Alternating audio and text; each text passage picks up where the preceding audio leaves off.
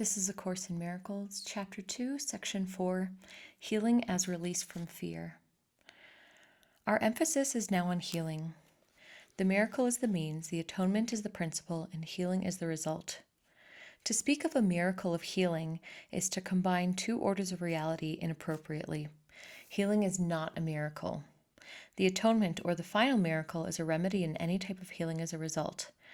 The kind of error to which atonement is applied is irrelevant.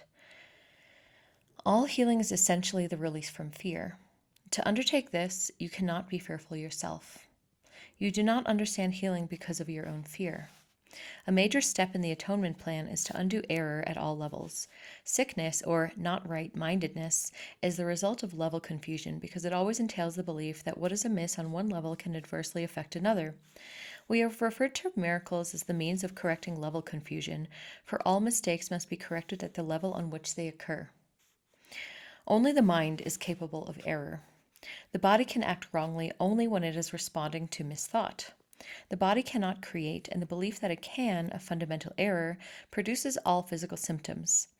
Physical illness represents a belief in magic.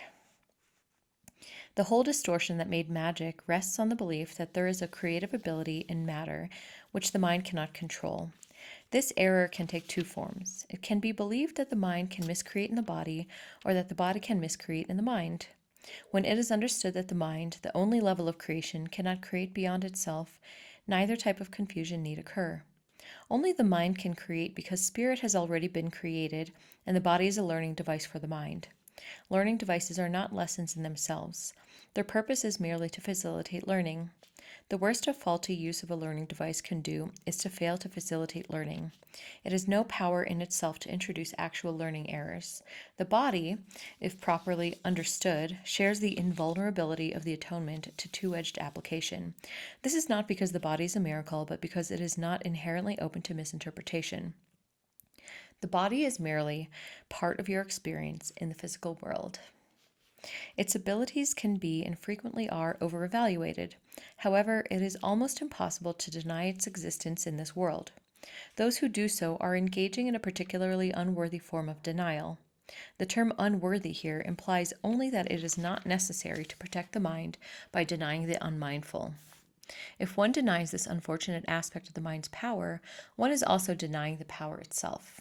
All material means that you accept as remedies for bodily ills are restatements of magic principles. This is the first step in believing that the body makes its own illness. It is a second misstep to attempt to heal it through non-creative agents.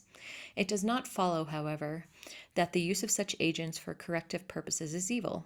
Sometimes the illness has a sufficiently strong hold over the mind to render a person temporarily inaccessible to the atonement.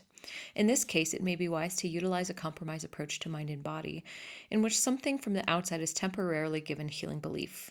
This is because the last thing that can help the non-right-minded or the sick is an increase in fear. They are already in a fear-weakened state. If they are prematurely exposed to a miracle, they may be precipitated into panic.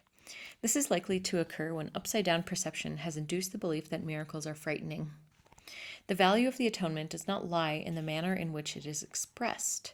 In fact, if it is used truly, it will inevitably be expressed in whatever way is most helpful to the receiver. This means that a miracle, to attain its full efficacy, must be expressed in a language that the recipient can understand without fear. This does not necessarily mean that this is the highest level of communication of which he is capable. It does mean, however, that it is the highest level of communication of which he is capable now. The whole aim of the miracle is to raise the level of communication, not to lower it by increasing fear.